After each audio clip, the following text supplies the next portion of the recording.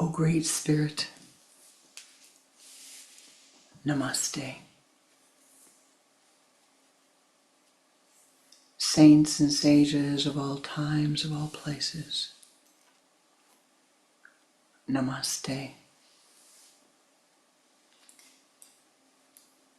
O ye powers that be, the air, the earth, the fire, the water, the ether, Namaste. Most beloved and precious Ishtadevata, in all of thy names, in all of thy forms, in the formless reality, Namaste. Ancestors, ancestors, ancestors of all of the lineages to whom we attune, Namaste. Sweep clear our path. May our meditation free us.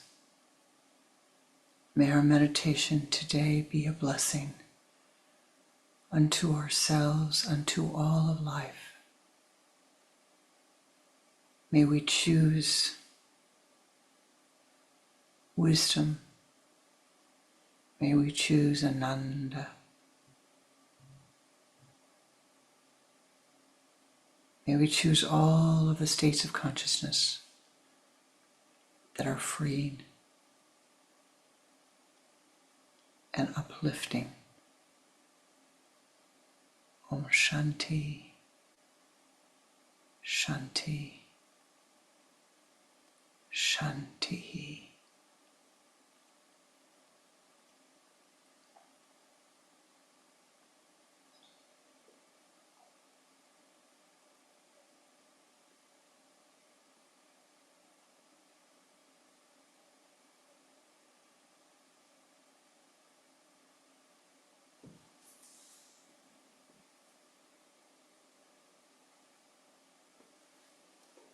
Namaste Ji. Welcome to my heart. Welcome to our Sunday meditation.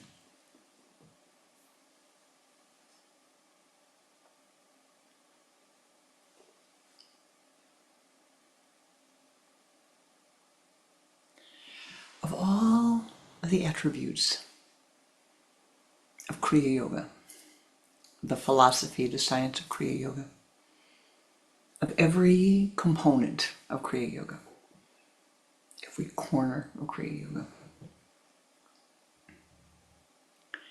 all revolves around one bindu, one concept.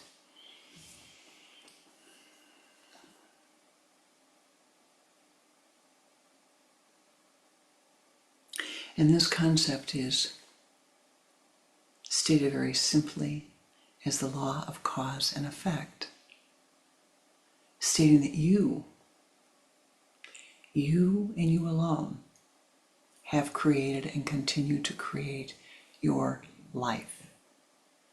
And you alone have the capacity to free yourself from that which you have created. Now, don't ask me how we ended up here at this time, in this place, on this earth, with all of the manifestations of life that are going on. I'm not so sure what we were all thinking when we all chose to be here at this time. But the question really is not, how did we choose it? How did we get here? But how are we reacting? How are we living? How are we choosing to live through this time? Which is, in case you didn't notice, filled with a great deal of beauty, of joy, of wisdom, a great deal of kindness and compassion, and a great deal of chaos and cruelty, a great deal of chaos and cruelty. Let's just keep it simple at that. So the question is, what do you do What do I do? What do we do in this time? Well, the tradition says that what you do is you begin with deep reflection, deep tarka. Tarka is looking at anything without the filter of the judgmentalness of your mind. No filter of the judgmentalness of your mind, just observing the circumstances, observing what you see around you, without becoming emotional, without becoming emotional, without becoming emotional. Easier said than done. Absolutely easier said than done.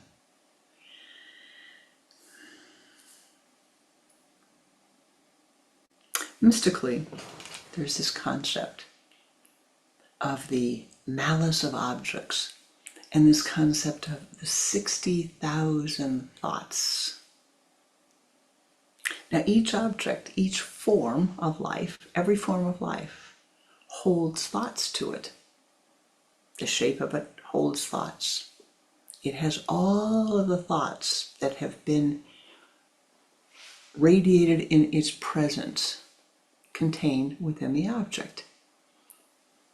You know, glass of water, you have to be really careful what you're thinking around the water because the water is holding those thoughts. Of all those thoughts, how many are running through your mind? How many are ranting and raving and running through your mind? More than one, I'm sure. The question is, what do you do? Third time I've asked, what are we doing here? What do you do about it? And why me? Why do I have to do something about it? Why did I end up here? Why? Well, the answer is not really why. The answer is, isn't that interesting? And so we begin with the understanding of the law of cause and effect, the law of karma, which says that what one human can do, any human can do. If one human can be enlightened and find enlightenment, if one human can find kindness and compassion in the midst of chaos, if one human can find joy in the flower that's blossoming and coming through the ground, the green that's coming out of the trees, every human can find that. If one human can be kind to another in a battlefield, every human has that capacity if you choose. But now, we've been walking through this land and we've come to the doorway and we're saying, well, looks pretty chaotic out there. What do I do? Again, what do you do? Well, you begin with quiet, repeated observation. You take that part of your consciousness. I know you've heard it before, so don't say, oh, I've heard it before. Well, if you've heard it before and it's running continually, that's great. Just take it as a reminder. If you haven't heard it before, or you have, but it's not running continuously, then it needs to be strengthened and vivified. And that is to take that blue light of self-awareness, non-judgmental self-awareness, place it 18 inches above your chakra system, above your head, if you wish, if that makes it easier. And you begin to observe. You begin directed conscious tarka. Well, first all you do is observe everything. Everything that you see. I think you've got to have something to focus on, right? What's a good thing to focus on? Well, for the purposes of today, what you focus on is watching how people bring pain and suffering into their lives. What are they doing? What are they failing to do? Ask yourself the question. What thoughts bring pain and suffering to them? How do they react when the karma is difficult? How do they react when the finances are stressed? How do they react when the prices of everything goes up? How do they react when the violence comes to their back door, to their front door, to their living room? How do you react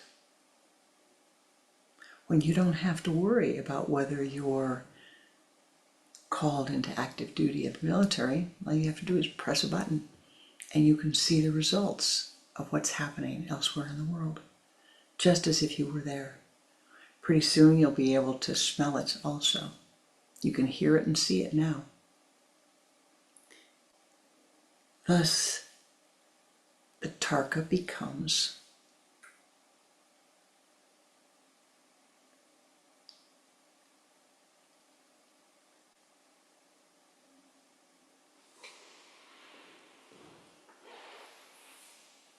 what am I learning? What do I learn? What do I learn when I see this? What do I learn when I see the hurt? What do I learn? How can I learn from the others so that I will not step in that mine, in that hidden mine of the great emotionality, the great anger, the great fear. I don't want to step there. I know you don't want to step there. But sometimes you walk down the street and you step in the pothole. I know. I've walked down the path in the Arboretum and stepped in the same pothole twice and twisted my ankle twice in the same day. You'd think after doing it the first time on the way back, I would have seen it, and I didn't. But that, my beloved, is the story of life. We need to begin by examining. And then saying, well, is it perhaps the thoughts they were thinking? Is it perhaps greed?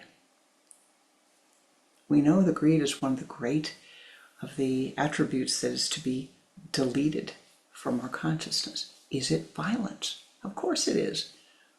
It's greed, it's violence, it's fear, it's all of those raw emotions that rise in the mind, that rise in the mind, that rise in the mind. So you don't have to, as you're doing the Tarka, don't become enmeshed in it, all right? You don't have to become drawn down by it, but you do have to say, well, all right,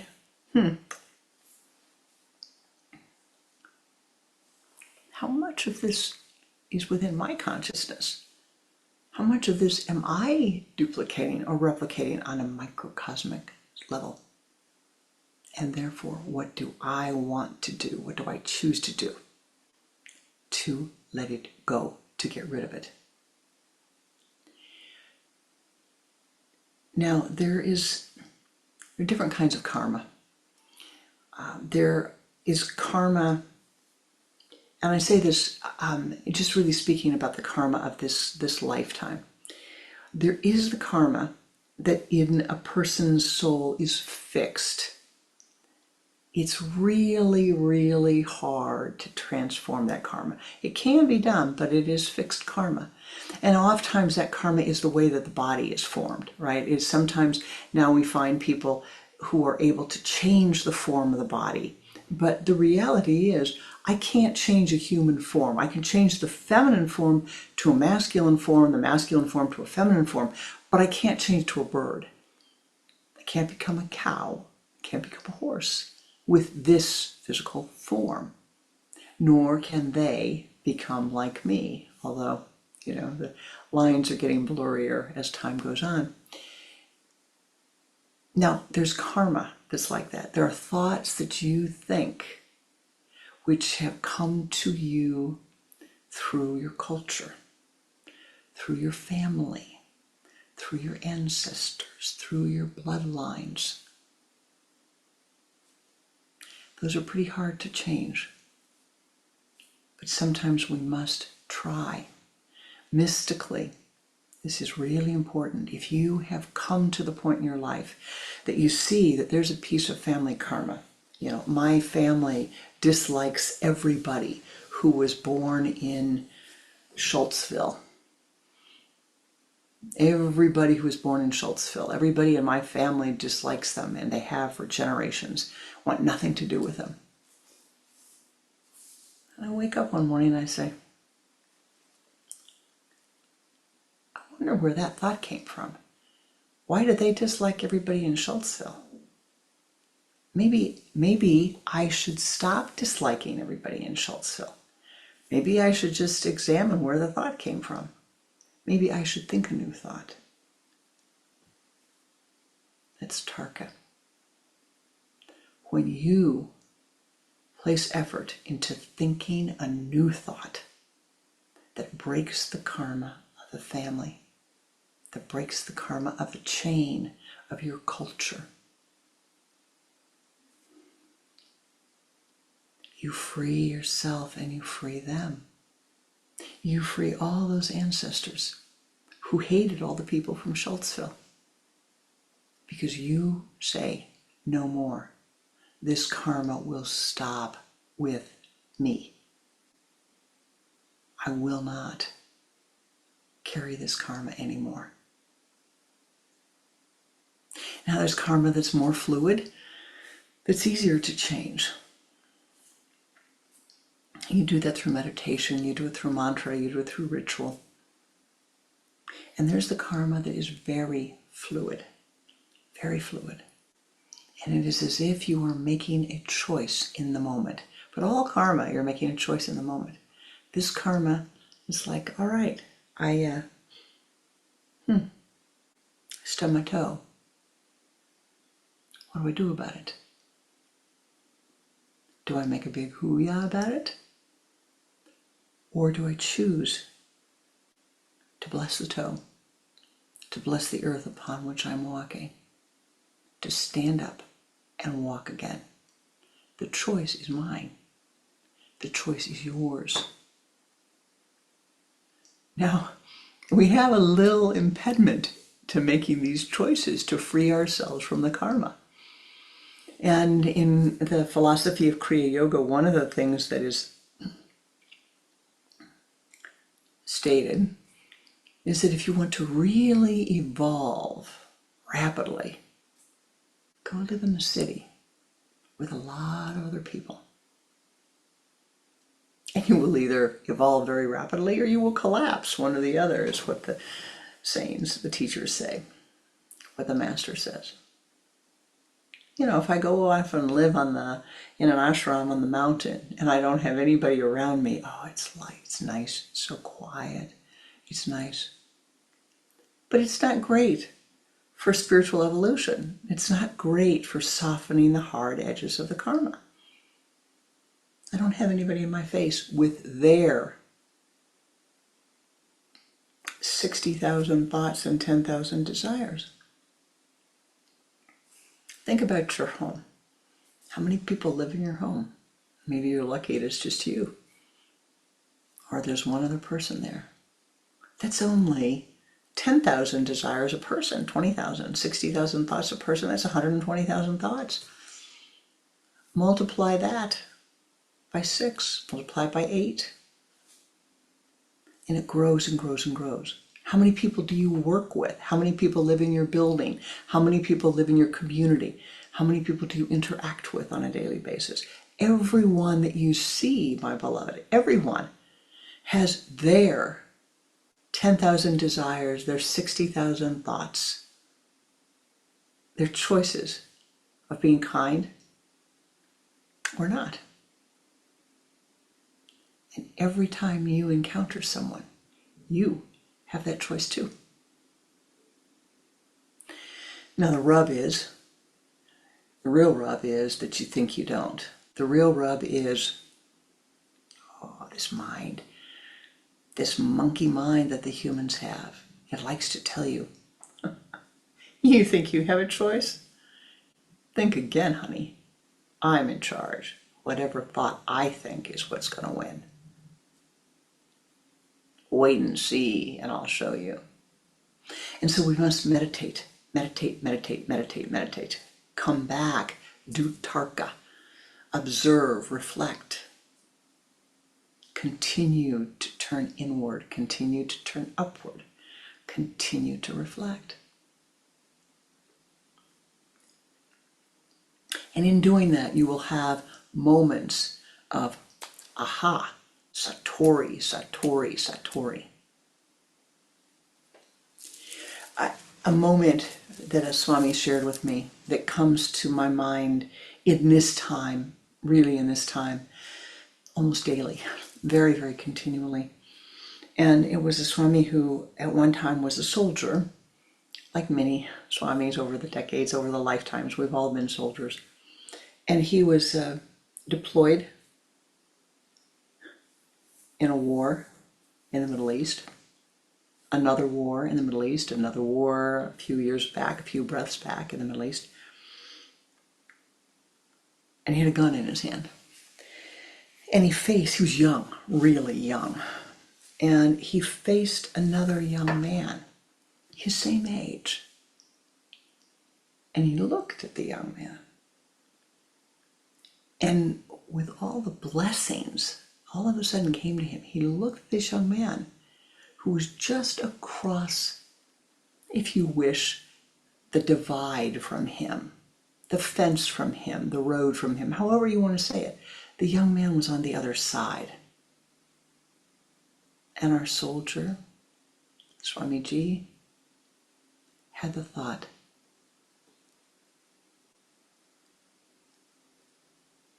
he is me. If I had been born here, I'd be standing on that side. He's me. I'm him. I don't know what he did. I know that he walked away as best as he could, and he was changed from that experience. That is a satori. To say, wait a minute, this choosing, the karma is the choice I make at any given moment. The choice I make whether I treat that person like the enemy or I recognize they are like me. How can I do my dharma, do my duty, and not perpetuate the horrors that are going on in the world? There are plenty of them. I don't need to tell you about it. But what you do to change, what I do to change, what we do to change ourselves, to bring peace, to bring equanimity, that makes all the difference in the world. And so, as we are in this time, what I've said to you is you need to use the blue light of self-awareness. That's the first thing. Really, all you're doing there, and this is so important to practice this so that it becomes consistent, to have enough consistency and strength in your practice of this technique that you see. It's like a camera that is running continually. You see, somebody said to me, well, boy, once again, I had violence. I had a violent situation attacking me. I am not saying any of that you deserve, that anybody who has something difficult happen to them, that they deserve it. All right? That is not the law of karma. It's not the law of punishment. It's not saying you deserve it. Oh, they deserve it. No. Neti, neti, neti, neti. That is not the Kriya yoga philosophy. It is cause and effect. Which means that if something keeps happening to me, if I keep stubbing my foot, if I keep cutting my finger, if I keep getting into fights with people, then the question is not, why do they keep doing that to me? But what thought do I need to think? What do I need to gain clarity with so that this doesn't happen again? What mantra do I need to chant? What service do I need to do that this will not keep happening to me again? That will transform, that energy will transform into something higher, into something better, into something more beautiful. That is the question that you have to ask yourself. So let's just say that you want a mantra to chant.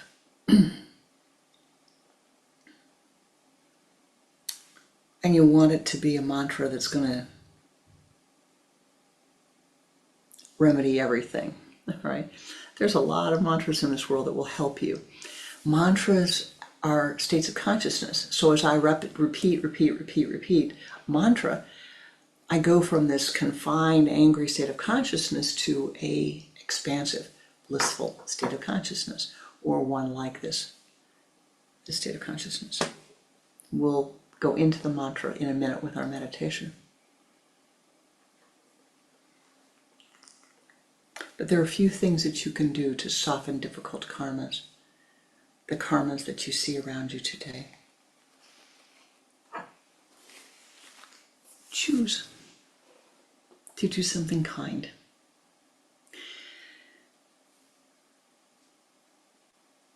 You see elderly people alone, elderly people isolated, elderly people not having the help that they need, not having the energy, not having the companionship, not having any dialogue. Stop and talk. Talk to your neighbors. Go visit people who are in assisted living or in a nursing home. Volunteer at a hospital. Do something to give to someone who is in need. Volunteer at a food bank. Volunteer to teach someone to read, to teach them to write. Volunteer to teach a language. Maybe English is your first language. Volunteer that. Maybe Arabic is your first language, or Spanish. Volunteer that. Plenty of places to volunteer. But you do it with the intent, my beloved, of doing good, of offering good. That is called karma yoga. It is doing without the expectation of reward. No money for it. And no praise and accolades, I can tell you. Nobody coming up and saying, oh, we're going to give you the Volunteer of the Year award. Just keep doing it, and doing it, and doing it, and doing it. Ask the powers that be to guide you, to bring you people into your lives that you can help, that you can serve. Whatever you learn in your studies, in your practice, in all of your years of wisdom, offer it in your life as you live your life. You don't have to go out and advertise for teaching. You just share what you've learned. Don't proselytize. Just radiate what you've learned. Use that as a way to soften the karma of your life. You see somebody on the street. Well, one way to fulfill, to soften their karma is to give them money. That's a way to do it. To give them money, have your money prepared ahead of time in an envelope, a nice envelope with a little note with it. So if you're walking down the street, you say, well, I can give $5 today. And here I'm putting it in an envelope and I'm going to prepare to give that. But you don't have $5 to give, maybe. Maybe give $1. Maybe you don't have $1 to give. You can smile. You can greet them. You can ask them how their day is going. And then with your mind, you can shower them with an abundance of blessings. Shower them with light. Shower them with joy. Shower them with flowers. Hand them a astral gold coin so that all of their needs will be met.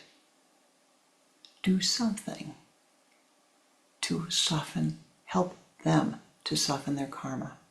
And in doing that, you soften your own karma also. Because you're choosing to not get caught up in the fear, the anger, the hurt, but rather to say, all right, I choose to help. I choose to help the other. I choose to be a blessing to the other. And then in your tarka, your reflection, you will find a way to say, all right, I see. This is how I can serve better.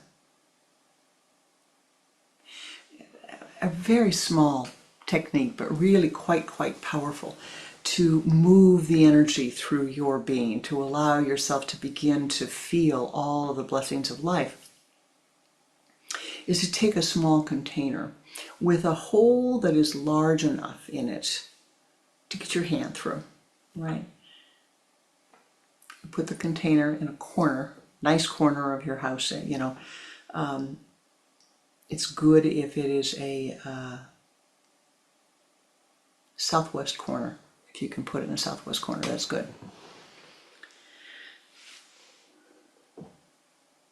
During the week, you put earth prana in it, money in it. Doesn't matter. It's really helpful if it's in increments of 90 cents. If over the end of the week, the course of the week, maybe it's $9, maybe it's $18. But it's really helpful. You put the money in there, and then what you do, this is a karma softening technique.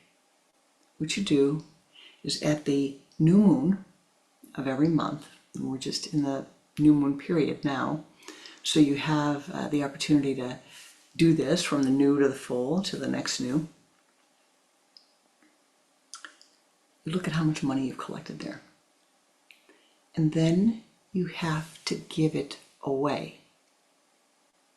But you have to meditate, to bless the money, and you have to figure out, how am I going to give this money? Who am I going to give it to? Someplace creative. Can't be the same place every month. And if you'd rather do it weekly, that's fine to do it weekly. It can't be the same all the time. It has to be different each time, so that your awareness expands, so that all of a sudden it's like, oh, I see. There's a need over there. Oh, I see. There's a need over here. Oh, here's a need that I can help fill this month. Maybe you use it to buy children's books and take it to the homeless shelter so the children have something to read. I'm not going to give you too many ideas. It is a way of softening the karma. So I've given you a couple of ways. I've said you put money in an envelope. You see somebody in need and you give it to them. Not toss it, not with disdain, but with love. Here, I have a gift for you. And you give it as if you would give a gift to someone who is sacred and holy to you. And your generosity, your presence of mind will make all the difference in the world to them. And then I have said to you, you help an older person, you help a handicapped person, somebody who's needy in some way, and we're all needy in some way, right? We're all needy in some way. What can I do to help another is what you ask yourself. Now the final thing before we meditate.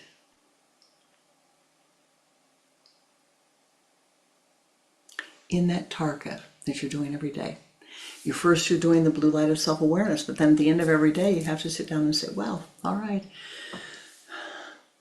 what did I learn today? What new thought did I think today? What is happening today? What is arising today? What is important for me to be aware of today?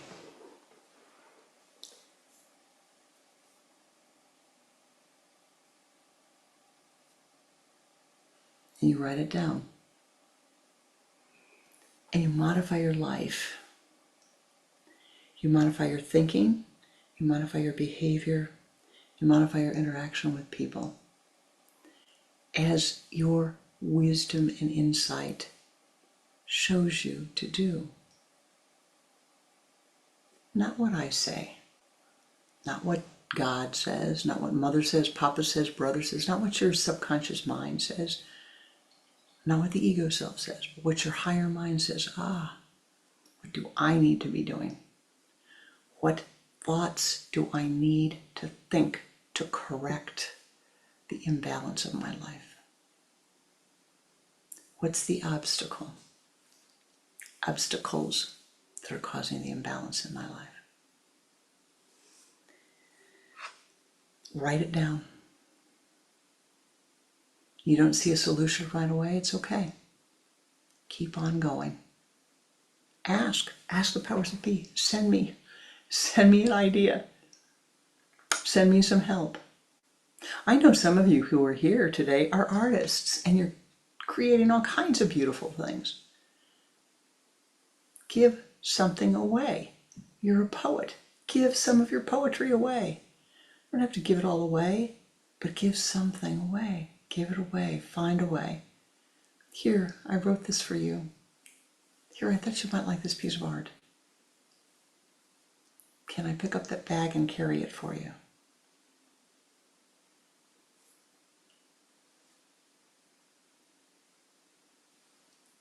All those little things that need to be done. And there are many.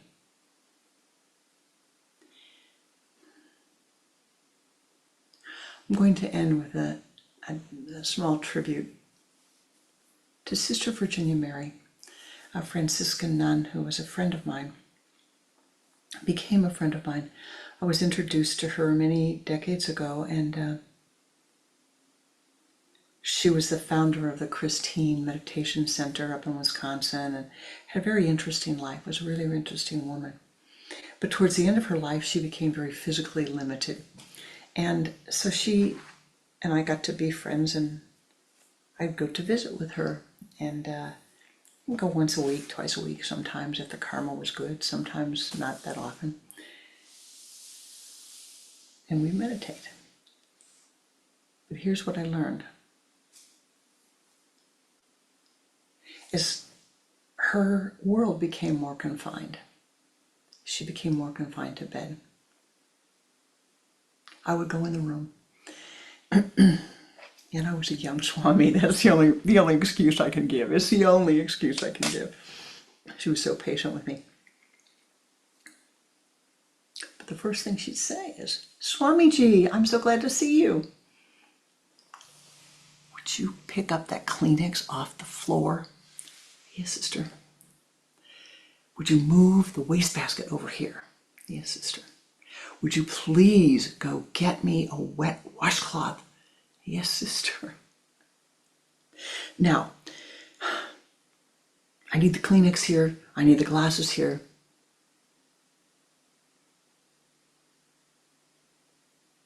"All right, you can sit down and we'll meditate." It never failed. Never failed. She reached a certain point in her life, and that's what happened. And you know what I realized? My seva wasn't going to meditate with her. That's not what it was. Even though she said, "Would you please come and meditate with me and read to me from these texts?" That's not what it was. It was to make her more comfortable, how she wanted to be comfortable, how she needed to be comfortable. And it didn't matter. Sometimes she'd say, "Could you please put lotion on my feet? They're so chapped. Could you please put them on my legs?" Everything that she needed was part of the seva. But the big lesson for me, really back in the day, the big lesson for me was realizing,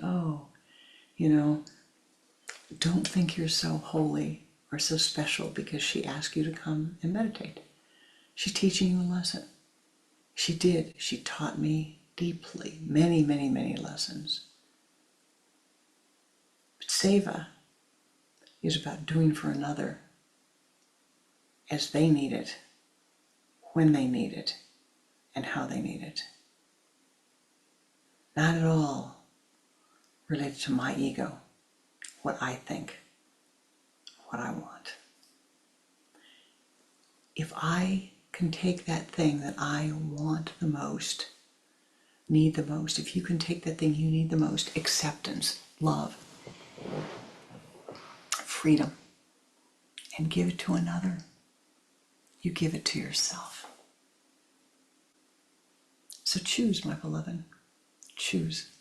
Choose wisely. And now we're going to meditate together. I'll have some quiet, little mantra, a little mantra to the Divine Mother. And then some prayer that we'll share. But remember, you can soften your own karma. You and you alone. It is said we cannot soften the karma of another, and I have known that that is really true. I can pray, I can be kind, but it is only if they accept that it is softening their karma. But I will tell you truly, in the words of my guru, and knowing that he is right, that when he said it, he was right, you cannot soften the karma of another, but you must try to help them, to help themselves. And as he said, it matters not if you never see the results of the kindness that you gave. If they don't accept your prayers now, but when they're ready, in 5 years, in 500 years, in 500 lifetimes, to accept the blessings, it will be in their aura. You must try, my beloved, without interfering. We, you and I, we must try to soften our own karma and to soften the karma of all of those who are here with us upon this planet. Namaste, Ji. Let us meditate. If you will, sit with your spine erect as you're comfortably able to do so. Place the hands in the Om Mudra, the index finger and the thumb together, the Om Mudra.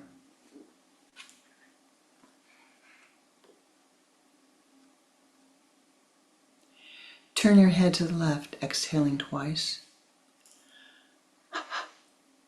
Bring the head back to the center, beginning to watch your breath.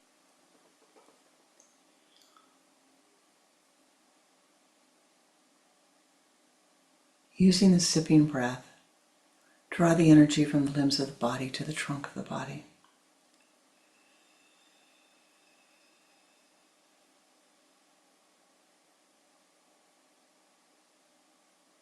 From the trunk of the body to the spinal column.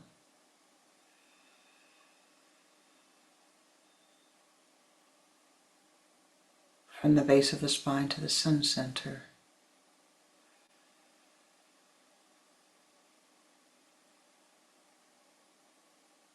Take that energy as a golden ball of light and move it in front of you. Expand it. And now sweep around your body to the left, encasing your being in golden light, and do this 3 times.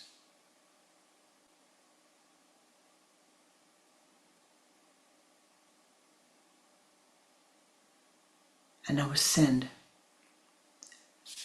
Ascend to the high place.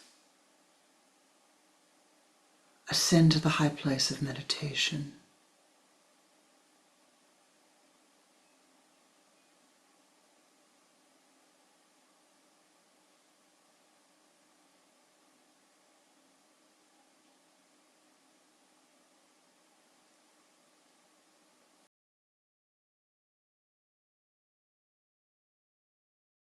Sitting in your meditative posture,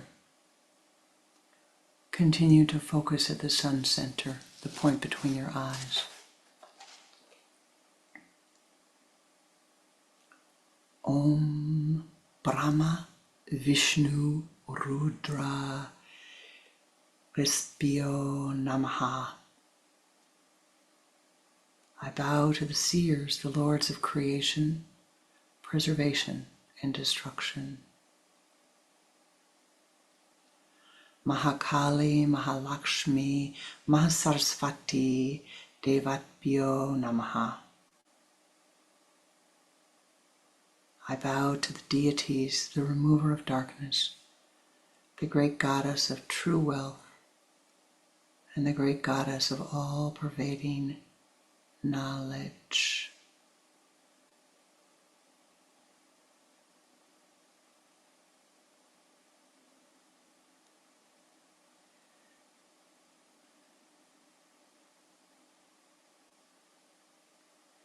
Aim Vijaya Namaha. I bow to the seed Aim, to the beach sound of Aim. Hreem Saktaya Namaha.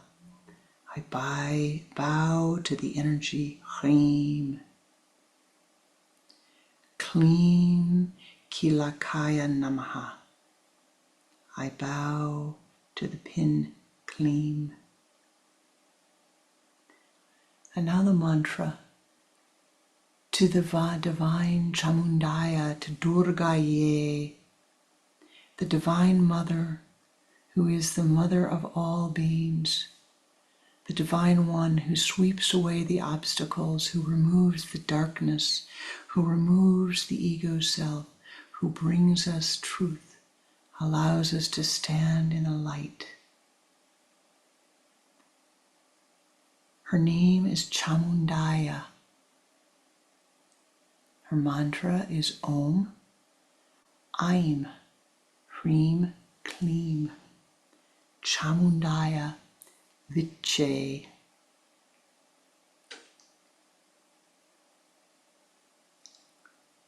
Now there is a mudra that goes with her name. The mantra, the beach sounds, represents these states of consciousness that we're trying to attune. And so remember, it's very, very simple. Aim, it's A-I-M, Hreem, H-R-I-M, Kleem, K-L-I-M, Chamundaye, Chamundaye, Viche, Chamundaye, Viche.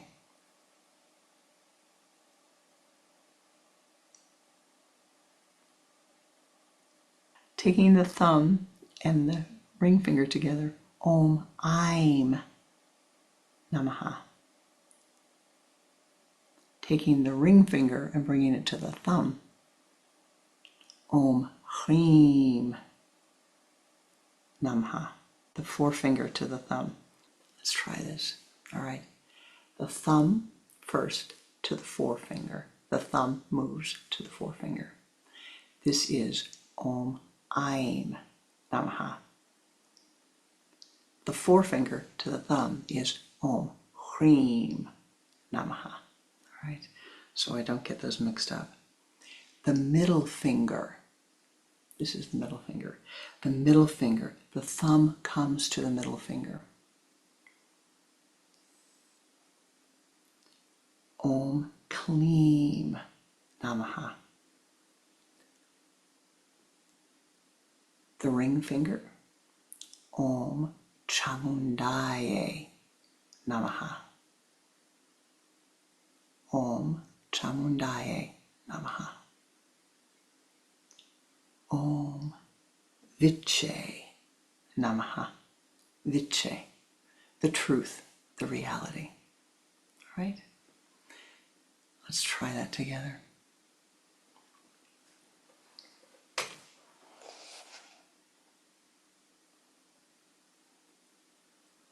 Om Aim Namaha. Bring your thumb and your forefinger together.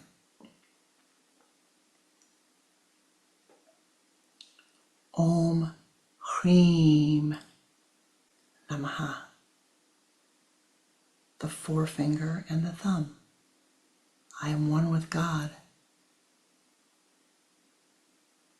Om Kleem Namaha. The middle finger and the thumb together. Om Chamundaye Namaha. The thumb and the ring finger.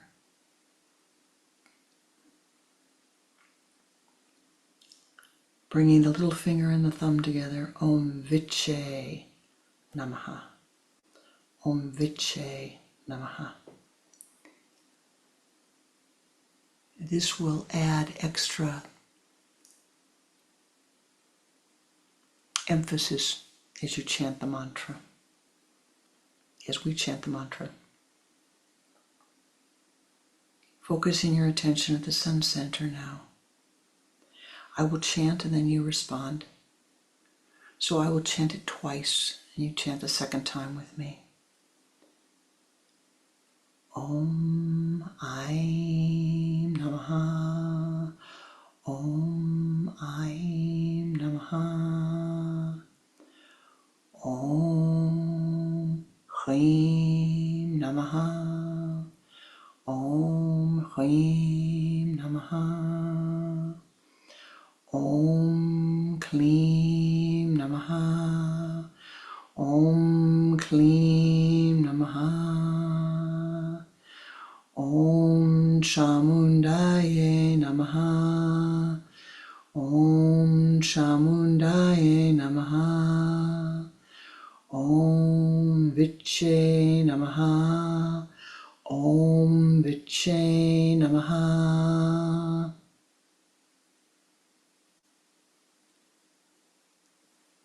Focusing your attention at the sun center, we're going to just chant the mantra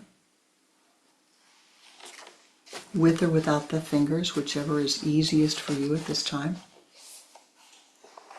Gently. If you wish to just listen first, that's fine. Listen and then add your own voice. Om Aim Hrim Klim Chamundaye Vichye. Om Aim Hrim Klim Chamundaye Vichye. Om Aim Hrim Klim Chamundaye Vichye. Om Aim Hrim Klim Chamundaye Vichye. Om Aim Hrim Klim Chamundaye Vichye. Om Aim Hrim Klim Chamundaye Vichye. Om Aim Hrim Klim Chamundaye Vichye. Continue chanting silently.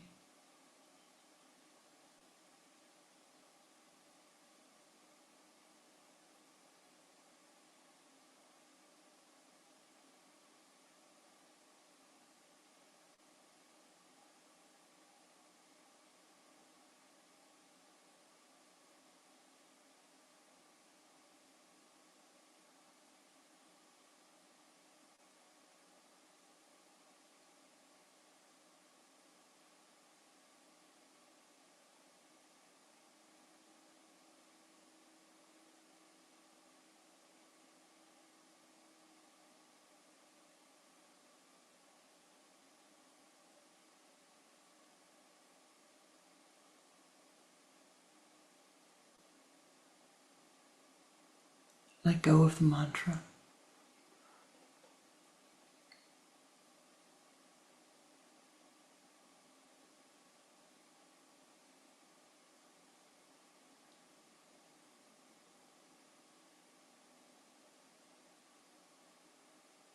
O ye powers that be, we call upon thee at this moment. As we gather here in this astral temple, as our Sangha is here sending forth our meditative energies, we ask you to join with us. Strengthen and vivify our blessings. Thou knowest better than we that which is needed.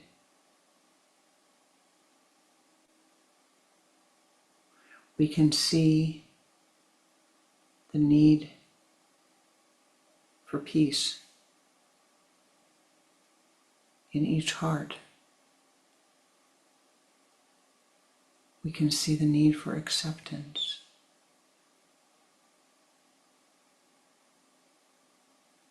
We can see the need for water, for food, for shelter, for wisdom, for good health.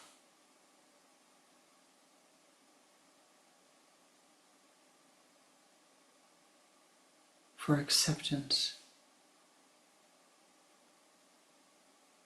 Thou knowest better than we the needs of each being.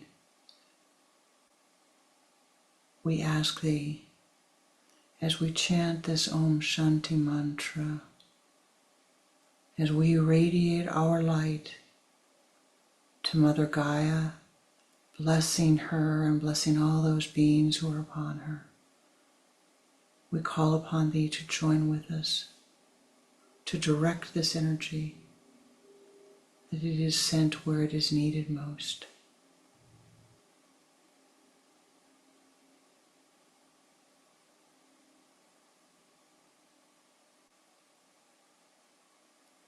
And let us chant the Om Shanti mantra.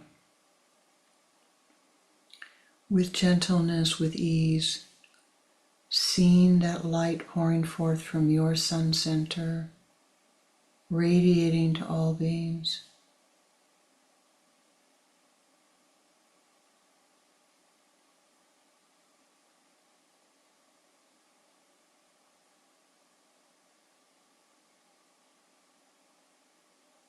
Om Shanti.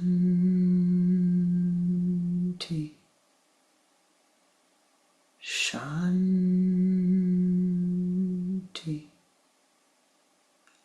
Shanti.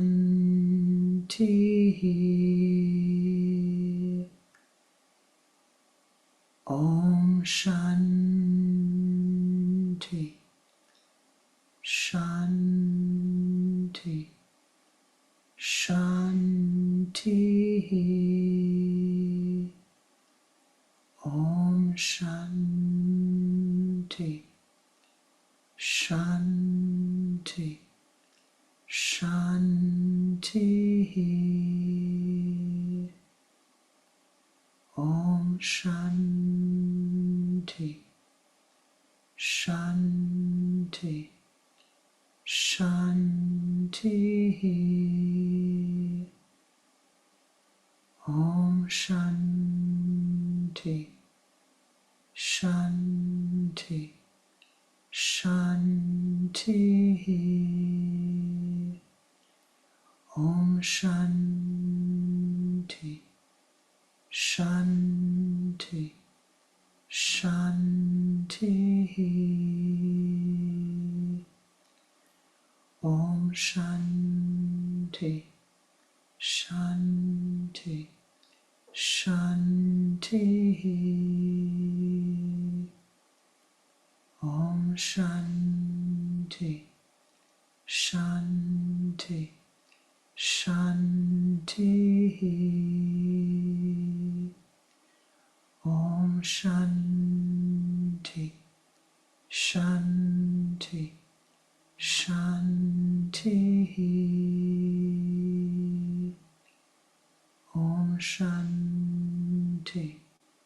Shanti. Shanti. Om Shanti. Shanti. Shanti.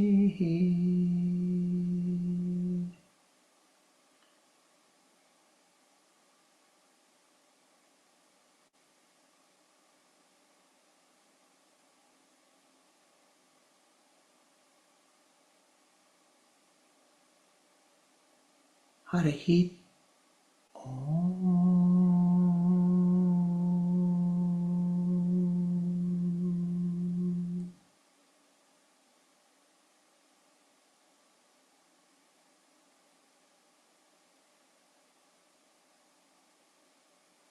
May the karma of all beings be softened.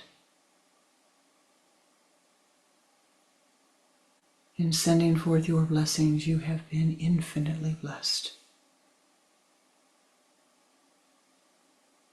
Continue to become an ever greater blessing of all of those who enter your aura. Continue to share your wisdom, your kindness, your compassion with all of those who enter your aura. Share your listening, your understanding, your acceptance.